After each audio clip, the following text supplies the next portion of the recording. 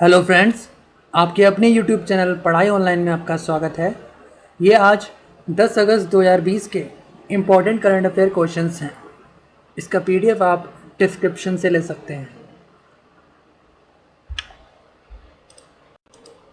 हाल ही में विश्व के स्वदेशी लोगों का अंतर्राष्ट्रीय दिवस कब मनाया गया है? सही उत्तर है 9 अगस्त। मानवाधिकार, पर्यावरण, शिक्षा, स्वास्थ्य और सामाजिक विकास जैसे क्षेत्रों में स्वदेशी लोगों द्वारा सामना की जाने वाली समस्याओं को हल करने के लिए अंतर्राष्ट्रीय सहयोग को मजबूत करने के उद्देश्य से 9 अगस्त को विश्व के स्वदेशी लोगों का अंतर्राष्ट्रीय दिवस दुनिया भर में मनाया जाता है। अगला प्रश्न है, हाल ही में प्रधानमंत्री मोदी ने स्वच्छ भारत मिशन पर किस इंटरैक्टिव अनुभव केंद्र का उद्घाटन किया है? सही उत्तर है राष्ट्रीय स्वच्छता केंद्र। प्रधानमंत्री नरेंद्र मोदी ने शनिवार को राष्ट्रीय राजधानी दिल्ली में स्वच्छ भारत अभियान के तहत बनाए गए राष्ट्रीय स्वच्छता केंद्र का उद्घाटन किया। महात्मा गांधी को समर्पित किए गए इस केंद्र में लोगों को स्वच्छ भारत मिशन की सफलता और स्वच्छता के फायदों के बारे में बताया जाएगा। राष्ट्रीय स्वच्छता केंद्र के उद्घाटन के मौके पर प्रधानमंत्री मोदी ने बच्चों से संवाद किया और उन्हें स्वच्छता की लड़ाई में अपनी सेना बताया।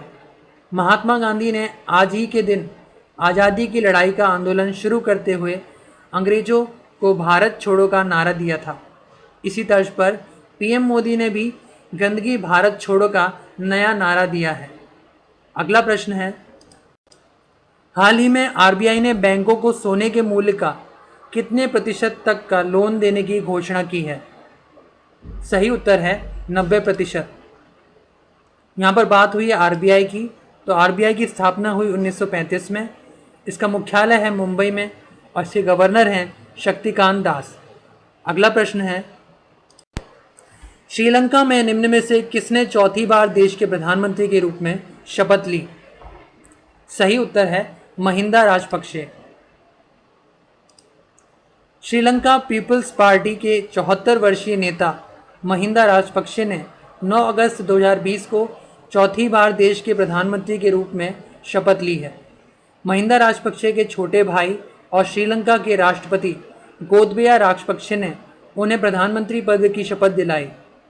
श्रीलंका में 68 लाख मतदाताओं ने अपने मताधिकार का इस्तेमाल किया और मतदान 59.9% रहा। महिंदा राजपक्षे 2005 से 2015 के बीच करीब एक दशक तक देश के राष्ट्रपति भी रह चुके हैं। अगला प्रश्न है, हाल ही में मुकुंद लत का निधन हुआ है, वह कौन थे?